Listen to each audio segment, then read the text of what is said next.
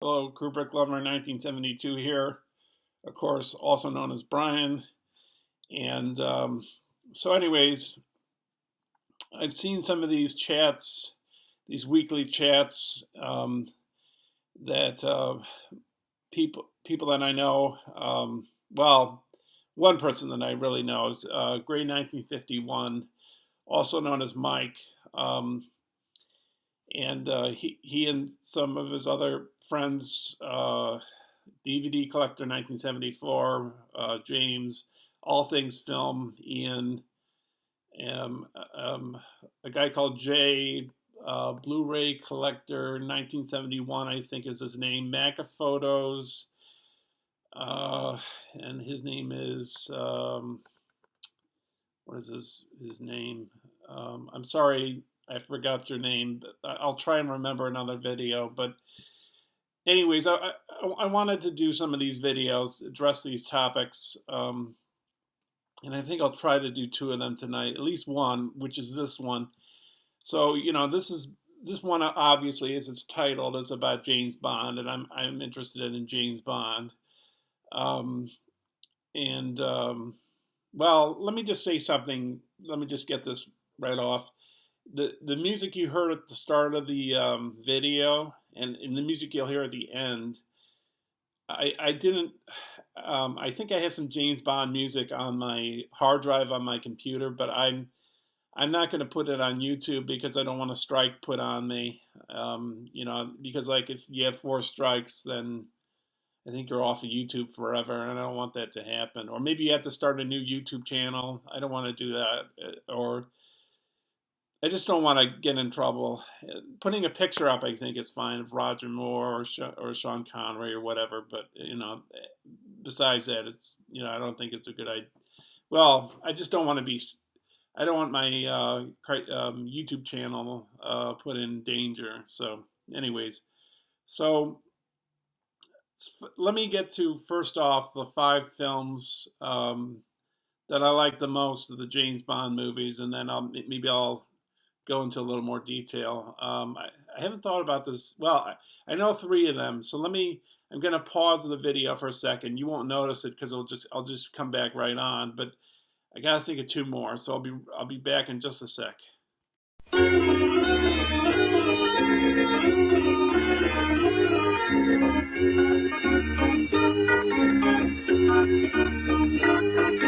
Back. I chose five Bond movies, and I'm gonna go with I'm gonna go in a slightly different direction. I'm gonna go from my highest rated one to my lowest. In a sense, maybe they're all the same. And as you can see at the start of the video, my favorite Bond is Roger Moore. That's perhaps because I grew up watching him when I was a kid, and a teenager. Because I was born in the 70s, and then in the 80s you would see him on the TV, ABC television, like Blu-ray Collector 1971. I think that's the name of his channel. He was saying how his family watched James Bond on TV then. And at the time, I would see Roger Moore Bonds. And a little while later, I would see the Sean Connery Bonds. And Sean Connery was a good Bond, but I just personally like Roger Moore a little more. Maybe it's just because he was the first one I was exposed to, and he was around at the time. And I liked his like one-liner zingers, that he used to deliver. I think that's one of the things that sort of people that are not warm to Roger Moore's kind of James Bond. They don't like that kind of comedic, kind of one-liner kind of thing he did, and um, they like the rough kind of character that Sean Connery inhabited. But anyways, let's get to the film. So first off, I do like some Connery ones, but I'm only showing, I think, only one Connery in this whole bit, the whole five. Yeah, this is what is the template for all for future Bond movies that they went by, because you have Dr. No, of course, had the mastermind criminal, the genius criminal who, like, that's the thing I like about the Bond movies is, like, you know, um, Scaramanga treating, Christopher Lee treating James Bond to a cuisine, a nice dinner and wine and champagne, and, before he wants to kill him, and, like, showing him his weapons and what he's going to do, so the villains are always interesting in a Bond movie, and of course, Goldfinger is no exception to that rule. Now, we see this in Doctor No, which is the first Bond. We have a super kind of villain. I think the template for that was set by Fritz Lang with a movie called what is it called? I'm drawing a blank. I have the movie. It's a silent movie, and I think it set the stage for people like Goldfinger. It's not the Testament of Dr. Mabuse. It's the one that came before that. Hang on a second. I'll show that film. Hang on.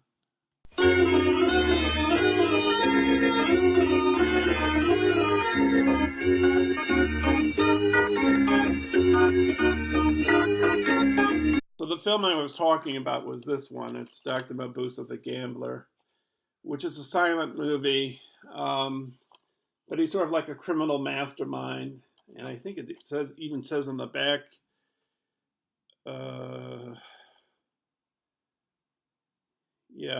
comic book adaptations like Superman and Batman. And I believe this set the stage for, like, James Bond too, as well. I can't find the James Bond. I'm sure it's had it somewhere. Let's see.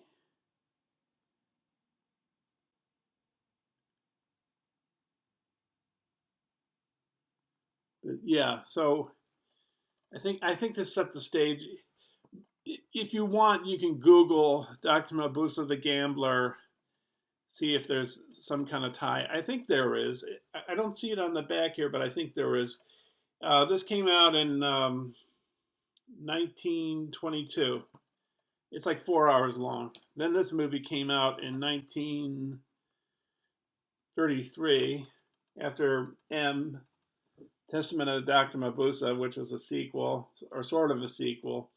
It sort of predicted the rise of the Nazis, but he's like a mastermind guy, and he's sort of behind the scenes manipulating things. So, and then there was a third one that came out in the late 50s or early 60s called something like The Thousand Eyes of Dr. Mabuse, which was a horrible movie. But I think Gert Froba, or however you pronounce his name, who plays Goldfinger, was in that particular movie. So, just incidentally. But anyways, so this really set the stage of the James Bond movies, because even though Dr. No, had this big complex, they were working on a lower budget.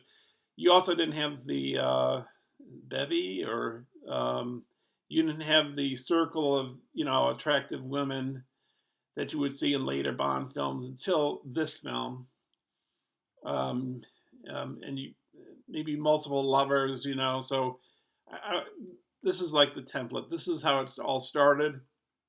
Oh, also, I think this was the first film that started with a song, because, like, the first one, Dr. No, you didn't hear the traditional, you did hear the James Bond theme, but you didn't hear it at the start of the movie.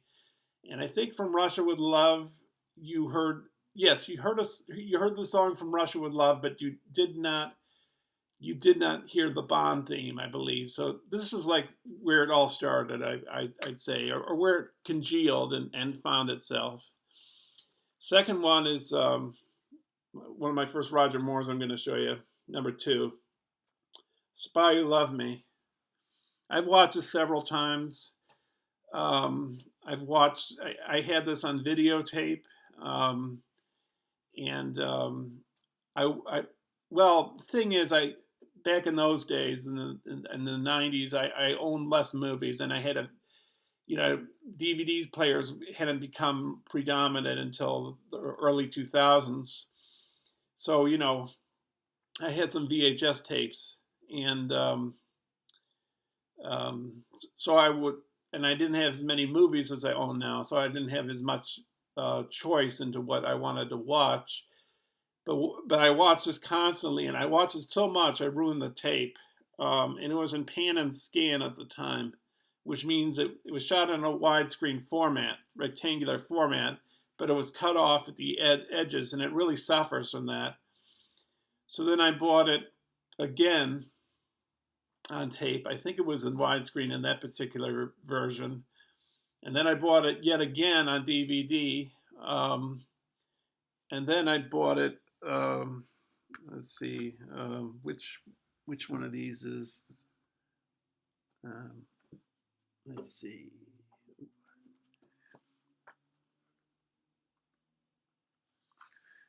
Okay. Yeah, so it's in number 2, the number 2 James Bond box sets. I bought when I bought my Bond films, I bought them, and I bought the initial ones that came out, these four James Bond films. Here's number 4. Here's number 1. These are DVDs. Number 2. They have a lot of special features on them. I don't need the Blu-rays. I'm not that kind of a person, that needs the latest up-to-date stuff. And I have a few of the Daniel Craig ones. I have Skyfall, I have Casino Royale, and I have Quantum of Solace. And I think the only other one he made was Spectre, which I don't have. So let's get back to this. So, great villain in here. The place where he lives, it's a miniature building, that comes out of the water. Pretty interesting. My brother was like very good at detecting things in films, like seeing problems in them, like the special effects not looking convincing. And like one of the things that looked unconvincing in this film, even though you look past it, is when Stromberg, who's the villain in this movie, when his underwater place rises out of the sea, the water that's coming off of his building, the droplets look too big or too small, and they wouldn't look like that in real life. Of course, they can correct that now with computers, but back in those days, they actually made miniature models, so they couldn't do that. So there's a great villain here named Jaws, played by Richard Kiel. Is that was his name?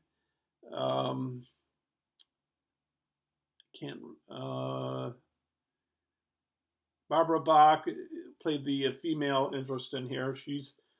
Last I knew, she was the wife of Ringo Starr. Kurt Jurgens played Stromberg. Richard Kiel died. I can't remember exactly when it was. He was in To Serve Man, which is a Twilight Zone episode. He played one of the aliens. But I think he died because he was so tall. And it was just a problem during his life. So that's Spy Who Loved Me. So this is the guy again, like Goldfinger. Goldfinger wants to take over the gold depository at Fort Knox, and make the gold radioactive or something, so his gold can be valuable or something, and he can kill off the population of the world, the U.S. or whatever, and live in a world after that where he's, benefits and everybody else suffers. I don't know, something like that. And Stromberg wants to destroy one U.S. city. I don't know if it's Washington, D.C. or New York City. And he wants to destroy Moscow. Barbara Bach plays a Russian agent. Great starting to this film. I love the starting of this movie where James Bond is skiing down this slope, and then these Russians are following him, and then he goes right off the slope and he parachutes, and then it goes into that wonderful James Bond song by Carly Simon called "Nobody Does It Better," which I love. I love that song. Okay, so let me get to the next one. I'm going on too long, I think. Let's see how long this video takes. On Her Majesty's Secret Service, but with George Lazenby, which was the only Bond film he was in. I think he had a future to play James Bond. I think I've heard that, and he decided not to. One of the things he did, I think, in the aftermath of this experience, he was asked to shave his beard off because he grew a beard, and I think that affected his chances, something like that. I have him in another movie, a Giallo movie, in a Giallo box that I have. I can't remember the name of the movie, but anyways, I believe he was an Australian model. No, Australian model. And he got the job pretty easy. He was like in a one or two advertisements that convinced what's his name? There's Cubby Broccoli, Albert Cubby Broccoli, who bought the rights of the James Bond movies, and the co-producer was a guy named Harry Saltzman. Harry Saltzman had him. I learned this in the special features. George Lazenby came into the room. He said, "Sit down." He was on the phone. He said, "You got the role, guy, kid," or whatever. Speaking of, so anyways, Blofeld is in this film, and we get to know Blofeld a little bit more than we did in the previous Bonds because he was sort of an enigmatic character, and you didn't really see his face until you saw You Only Live Twice, which is an okay Bond film. Which makes me think, The Spy Who Loved Me had the largest set in the world at the time it was shot. The tanker scene at the end of the film. In fact, I think one of Stanley Kubrick's daughters was working on the movie, and she asked her dad to come by the set for lighting purposes. A person that also was involved in these films, he's been involved with some of Kubrick's films, like Dr. Strangelove. One of the films did he do with Kubrick? I think he did Barry Lyndon. And he designed some of these sets, these great sets in these James Bond movies. His name is Ken Adam. He did another movie, I don't know if it was the 90s or the 80s. He's passed on, but it was called The Madness of King George, which I have not seen, which is about King George III of Britain during the time of the Revolutionary War. But he designed these great sets. In this particular film, he wasn't there it was more of a low budget, sort of a low budget kind of thing. It was directed by Peter Hunt, I believe. Yes. I believe he was editing previous to this on the other Bond movies. So it was a little more low budget, even though it was high budget, with helicopters. You'd see a helicopter flying out the window in the Swiss Alps where Bond was, staying at Blofeld's headquarters as the allergy clinic, but really he's planning on world domination or whatever, like all Bond supervillains are doing. It's a great ending. I know that James, DVD Collector 1974, said on his video about the Bond movies, he said the ending was a little too long. I don't know. I sort of like how it goes. I think it's about 2 hours and 20 minutes long, approximately. I've watched this a number of times. Goldfinger 2, I've watched a number of times. And I think it's great. I think the film is great. And it's, where Bond decides to marry. And I love the music. The music by John Barry is fantastic. Marvin Hamlish did the music for this, but John Barry's had done for quite some time the music to a lot of the Bond movies. Okay, so let me get to the last two. The Man with the Golden Gun. This is Christopher Lee in it, who was I don't know if I've seen all the Hammer horror films where he was Dracula. I'm not quite sure on all that, but he was fantastic as a villain in this film. I really like this film. I've watched this a lot. I taped this off of the TV when it was on TV in the 80s, and I remember watching it a lot. I loved the song by Lulu in it. I just love the exoticness of it, going to Hong Kong and those mountainous hills that jut out of the ocean. And yeah, I just like it. It's just a nice. It was a really interesting film, and yeah. So, and the film that came out before that this was Roger Moore's second Bond movie. I think this was when Harry Saltzman. Well, Harry Saltzman at this point no longer produced the Bond films with Cubby Broccoli. Cubby Broccoli went on his own, and this was the first one he did, but without Harry Saltzman. And the last film is Live and Let Die, which was the first Bond film that Roger Moore did. It has Yaphet Kotto as the main villain. What is his name? I wish I could remember his name.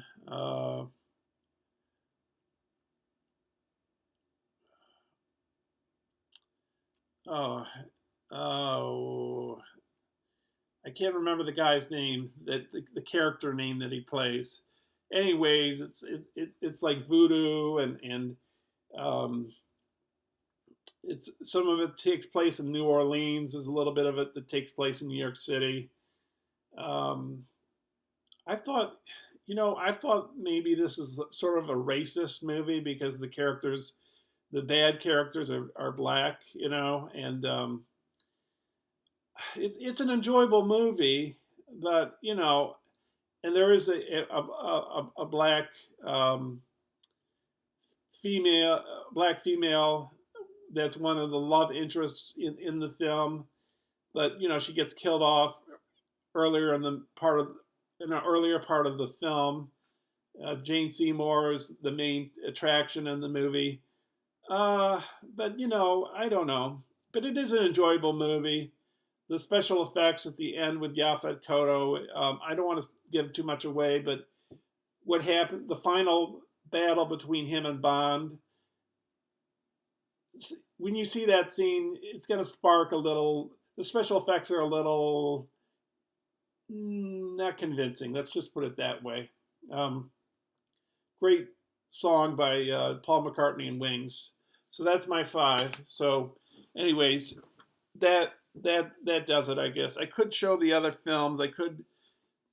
I do like Bond films. I like a lot of the Bond songs. I have a collection of the Bond songs. I put them on my hard drive, and I think I have them on my iPhone. And I like the other Bond films too, like Moonraker, for example. The starting of Moonraker is fantastic, where they're, where he's kicked out of a plane, James Bond, without a parachute, and he manages to get a parachute from the villain. But the rest, from that point on, it's not good until you reach a part where James Bond meets up again with Drax in the Amazon, where all these attractive women are around this near this pyramid and his snake tries to kill Bond, this python or whatever. That point on, all the way to the end of the film of Moonraker, I love that. I really love that. The music is beautiful. When the shuttle goes up into space, and James was saying, I don't know, James, I think you were saying like maybe it's not, maybe Moonraker's not a great film or whatever. I don't know. I don't want to put words in your mouth. I don't think it's really a fantastic film, but there are parts of it that are achingly beautiful, and the part that really is achingly beautiful to me is when, so the shuttle goes up into space, and that John Barry score picks up. It's so beautiful. I just love it. And I've when I've watched it sometimes, I would watch it starting and I would jump to that part, and I can do that now with the DVD and not have to worry about ruining a tape. But yeah, so I guess that does it. There are interesting scenes in all kinds of James Bond films. There's a great starting For Your Eyes Only, where James Bond is in the back of a helicopter, and he almost gets killed, but he manages to get in the driver's seat and throw Blofeld down a factory pipe. But the rest of the film, I think is kind of bad. Cubby Broccoli, he married a woman, and her son, who became his stepson, Michael Wilson, he hired him. He used him to write some of the screenplays for some of the future Bonds. And I think they really suffered from that, being For Your Eyes Only, Octopussy, and View to a Kill. And I think they got their head on straight. Well, The Living Daylights was good. I don't know. I didn't really care for License to Kill. But then they sort of got their head on straight, and they hired other people to work on the movie and not muddy it up and not. I mean, because you had some good. You had a good screenwriter working on The Spy Who Loved Me, Henry Mankiewicz, Tom Mankiewicz. He's one of the sons of the guy who wrote All About Eve, or his uncle is the guy who wrote All About Eve, and his other. The brother of the guy that wrote All About Eve is the co-writer Citizen Kane, but one of their sons or their nephews or whatever, he co-wrote the screenplay for Spy Who Loved Me. I think he worked on Moonraker, and he also was, quote, the creative consultant for the Christopher Reeve Superman. So even though you had 4 writers on Superman, which was Mario Puzo, The Godfather, who wrote The Godfather, and you had 3 others whom I can't remember. They wouldn't give a credit to Mankiewicz for writing Superman. I know I'm going off topic, but they wouldn't give credit to him, so he was given creative consultant on Superman, and I think he really knows what he was doing on these Bond films, Superman films. So, anyways, enough chatter. I'll leave you to that, and maybe I'll try and do another video tonight. But that's it for the Bond films. I hope you enjoyed this. Hope I didn't trail on too long or annoy you, but whatever. Comments are welcome, and I'll see you soon. I think I'll try and get some GarageBand videos out fairly soon. All right, bye now.